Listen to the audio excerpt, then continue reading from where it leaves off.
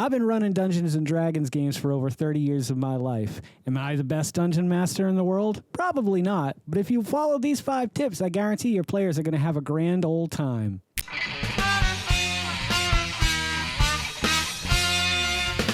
Greetings and welcome back to another episode of the Vodkast does Dungeons & Dragons. I'm your host as always, DMJ, and what I wanted to share with you today via a request of a viewer who had left a comment in a previous Dungeon Alchemist video. If you want to go check out that video, it's right there. He said, what tips and helps, let me read it to you. Hi there, I just downloaded Dungeon Alchemist and it's my first time being a DM. Well, congratulations, Jacob, and good luck. Maybe you could make a video of some beginner knowledge that would be good to know. I think that's a great idea, Jacob, and I want to thank you so much for the suggestion. So without making this video any longer, let's get into my top 5 tips for being a new DM. Let me preface this by saying this. I ran a Dragonlance campaign for about 3 months in the early 90s before I ended up switching over to my world of Thalia, which is the world that I still run today. Tip number 1, be original. Also steal.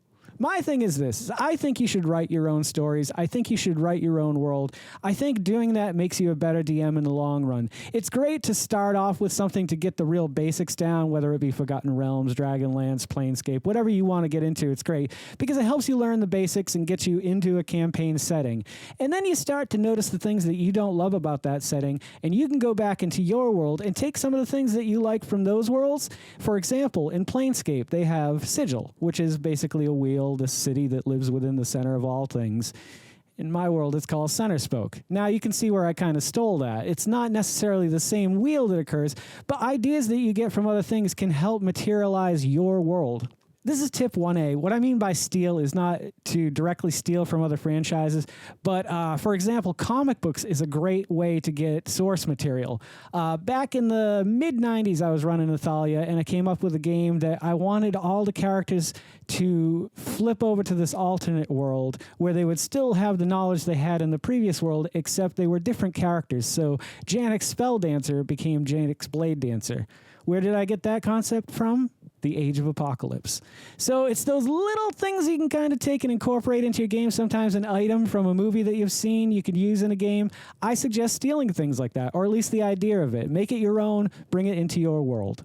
Tip number 2, dream big but plan small. It's great when you start out as a new DM, you have a vision of this giant world that's filled with volcanoes and mountains and plains and walrus folk and kender and halflings, but eventually you'll get there. If you start on day 1 though, and game number 1 starts that way and you're trying to explain the whole world to your players, it's going to get convoluted, it's going to get too big and too messy. So what I always recommend when you're starting a new game, especially if you're making your own world, just make a village and make that village perfect. Know at least 20 people in that village. Know the names of the shops. Know prices. Know where they can get information. Know if there's a black market. Know if there's a thieves guild in town. Know every little thing you can about that town and just a little bit of the surrounding area. Perhaps 2 days walk north or a 1-day ride north is a huge port city where they can get more information, goods, anything they need. Perhaps a day's journey to the west will lead them to a knoll cave where they've captured someone and there's treasure there. That's the great thing about D&D. It's great to know the rules, but the most important thing is, I think, being creative and making sure that your players are having a good time.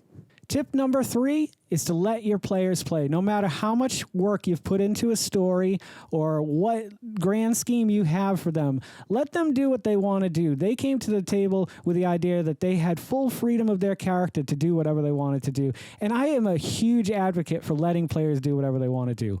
And some of my best games have been when I've had to scrap, 2-3 pages of notes that I've written just to allow the players to go explore something else. And it helps you grow as a dungeon master as well, because now you're improvising. And I really recommend working on your improvisational skills as well as your voices. Try to stay in character with your voices. If you have a pirate that comes into town and this is how he talks, and he's always so excited to show you the new fish he came in with, then remember that that's his voice. So when they go back and they meet Captain Ragus again, they know that that's his voice and they can associate it with it.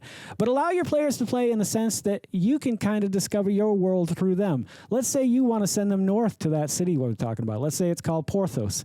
Let's say they're like, nah, we want to head to the mountains in the west. We want to go over the mountains. We want to see what's over there. Let them do that. Like, let your game evolve by using your players to guide your actions as a DM sometimes. Obviously, it's great to have a grand scheme, a plan, and a timeline of things that you want to happen or you want the players to get to. But don't ever let your story get in the way of your players having a good time. Allow your story to maybe take a little bit of a side road, and maybe you can get them back on course a little later on. Or maybe you change the location of where that sword was hidden. Either way, you're the dungeon master. Just remember to let your players have a good time. Rule number 4. Nothing is carved in stone. Like I was saying before, not your story and not the rules. Yes, there are some rules that you should definitely stick to, and you should know the basics. You can fudge rolls if that's what you want to do. If you have a plan in mind, you don't have to necessarily let your players know that you're fudging rolls or that you're doing things to guide them or kind of prod them like cattle into a direction you want them to. There are ways that you can do that without being forceful. But when I say that nothing is carved in stone as far as the rules are concerned, you're the dungeon master. These rule books that you've purchased or bought digitally are there as a guideline. But when a rule gets in the way of the players and you having fun, you get rid of the rule or you house rule it. When you come up with something at your table, I'm trying to think of a good example off the top of my head, which I can't at the moment. Okay, so here's a good example. In my game, when the players are creating characters, I allow them to roll 4d6 and discard the lowest die 7 times and discard the lowest number. That way, I end up with epic heroes. Eventually, I want these characters, these players, to feel like they are the heroes of the world that I've created. I don't want them to feel like they're hired mercenaries unless that's what they want to be. However, most characters are driven to become the hero of the story. No matter how you start out, you always end up playing a character, or at least I do, that wants to be the hero of the story that saves the day. And I think when you boil it down to it, that's really what Dungeons & Dragons is. It's saving the day and being the good guy. Sure, you can run an evil campaign. You can do whatever you want. And that's my point is even my 5 tips, get rid of them. Who cares? You're the dungeon master. However, as far as my games go, I feel like if I continue to follow my 5 top new DMing tips, then I think that's going to continue to make my game a better game, and it's going to keep bringing my players back to the table and wanting more. And before we get to rule number 5, shame on you guys for not telling me how terrible my hair looked in this video. All right, let's move right along here.